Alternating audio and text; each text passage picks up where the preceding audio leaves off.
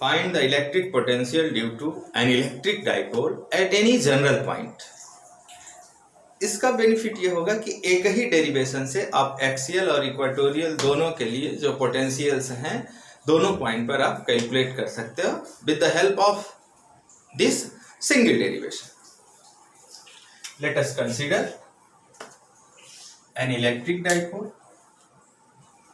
Let us consider an electric dipole forming with two charges minus q and plus q having length 2l. L and from midpoint of length is also L. This is the consideration. O is midpoint. Now, here, this is point P at which we want to find the potential.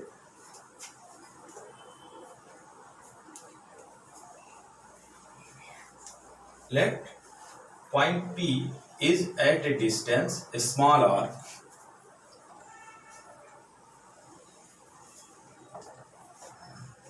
जो point P की separation है वो small r है.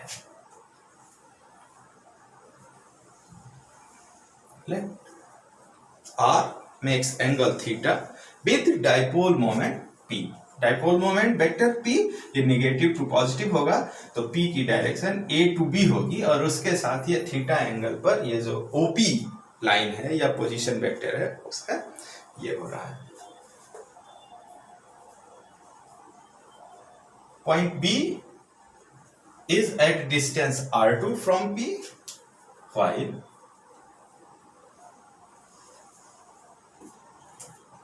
point A is at distance r1 from P. अब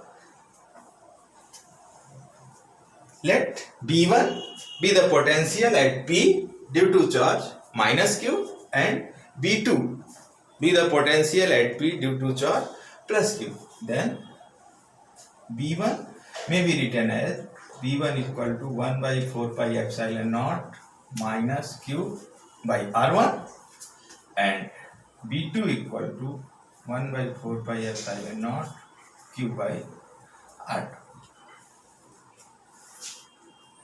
Net potential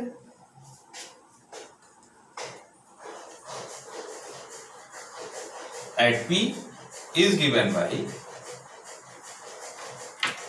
V equal to V1 plus V2. Now it will be equal to V equal to here 1 by 4 pi epsilon naught minus Q by R1 plus 1 by 4 pi epsilon naught Q by R2. B equal to Q by 4 pi epsilon naught common ले लो तो ये हो जाएगा Q 1 by R2 minus 1 by R1. 1 by R2 minus 1 by R1. This is equation 1. Here we have to calculate R1 and R2. R1 and R2 will be calculated from the diagram. Let us see the diagram where if we advance this in such direction and draw a perpendicular from A, तो ये जो angle होगा वो 90 degree का है और इसको हम कंसीडर करते हैं C. In this way R1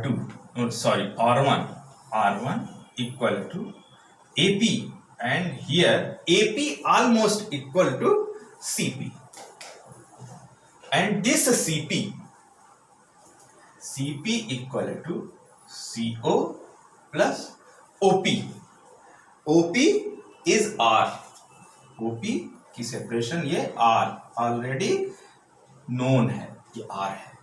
but CP इसको अगर आप रिजॉल्व करो, ये थीटा है तो ये एंगल भी थीटा होगा। ये साइड्स इसकी एल हैं, हाफ लेंथ ट्राइपोल की वो एल है। इसको रिजॉल्व करोगे तो जो थीटा की साइड होगी उधर एल कॉस थीटा आ जाएगा। तो in this way R1 will be equal to or CO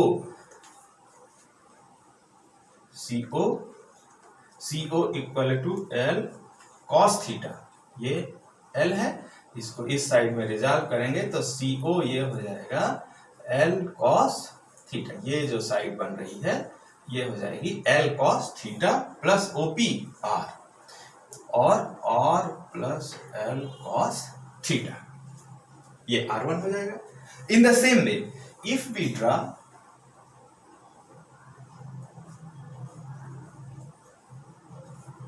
ये एंगल 90 हो जाएगा। इधर भी थीटा है तो ये L और इधर रिजॉल्व करेंगे तो ये जो साइड आ रहा है D, ये जो OD है ये R2 will be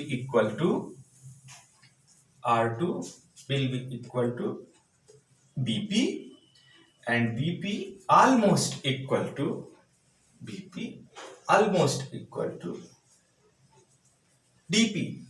and this DP will be equal to OP minus OD।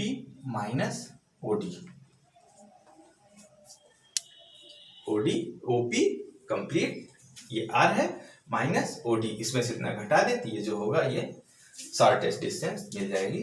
और इसको जब सॉल्व करेंगे तो it will be equal to,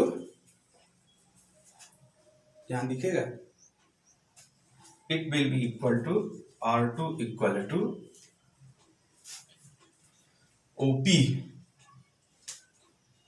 OP is R minus cos theta. तो R1 और R2 की वैल्यू यहां से हम पुट करें, R1 equal to R plus L cos theta and R2 equal to R minus L cos theta, then it will be equal to Q by 4 by epsilon naught 1 by R minus L cos theta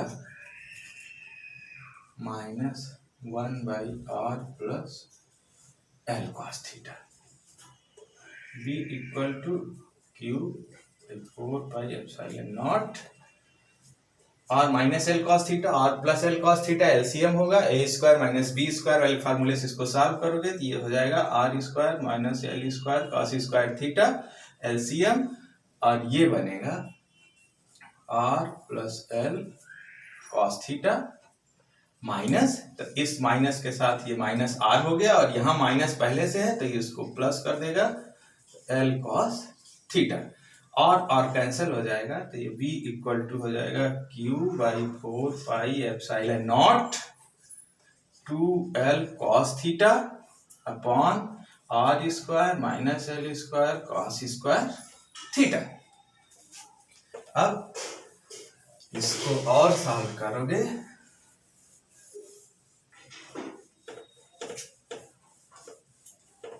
तो ये आपको मिल जाएगा B equal to 2QL cos थीटा upon 4 pi epsilon naught R square minus L square cos square theta. 2QL ये हो जाएगा dipole moment vector P, B equal to P cos थीटा upon 4 pi epsilon naught R square minus L square cos square theta. ये general equation हुआ, लेकिन एक approximation यहाँ use करेंगे। If R is far greater than L and therefore L square may be omitted, and in this way potential will be equal to B equal to P cos theta upon 4 pi epsilon naught R square 4 pi epsilon naught r square. This is the general expression for the potential. इस equation को अगर vector form में लिखें तो potential B equal to P dot vector P dot r cap upon 4 pi epsilon naught r square unit vector. तो ये हो जाएगा P, इस P और cos थीटा, यूनिट वेक्टर के लिए मैग्नीट्यूड 1 हो जाएगा तो P cos थीटा यही बने रहेगा। Case 1, if point P lies on the axial line of the dipole, मतलब जो हाँ जिस पॉइंट पर हमको पोटेंशियल फाइंड करना है वो एक्सियल लाइन पर लाई करे, तो if P lies on axial line of dipole then theta equal to 0 degree. If theta equal to 0 degree then B equal to P cos 0 upon 4 pi epsilon naught r square. Cos 0 1, then B equal to P upon 4 pi epsilon naught r square. And this expression is similar to the electric potential due to dipole at an axial point. Case 2, if point P lies on the equatorial line of dipole. अब जो point P है वो equatorial मतलब right bisector पर लाई करे तो जो theta होगा वो हो जाएगा 90 degree. And now B equal to P cos 90 upon 4 pi epsilon naught r square. cos 90 being cos 90 0, the complete equation will be 0 and therefore B will be equal to 0. This is the similar to the expression in which we calculated electric potential due to dipole at equatorial line and it comes out V equal to 0. पहला axial point के लिए है, दूसरा equatorial point के लिए है। मतलब आप जनरल पॉइंट के लिए एक्सप्रेशन फाइंड करिए और फिर उसमें थीटा की वैल्यूज पुट करके एक्सियल और इक्वाटोरियल के लिए भी पोटेंशियल्स फाइंड कर सकते हैं। इसलिए ये जो डेरिवेशन है ये कंप्लीट डेरिवेशन है, इक्वाटोरियल का भी, एक्सियल का भी और जनरल पॉइंट का भी। थीटा की जो भी वैल्यूज होंगी उसको पुट करके आप पोटेंशियल उस पर्टिकुलर पॉइंट पर इवेल्युएट कर सकते हैं।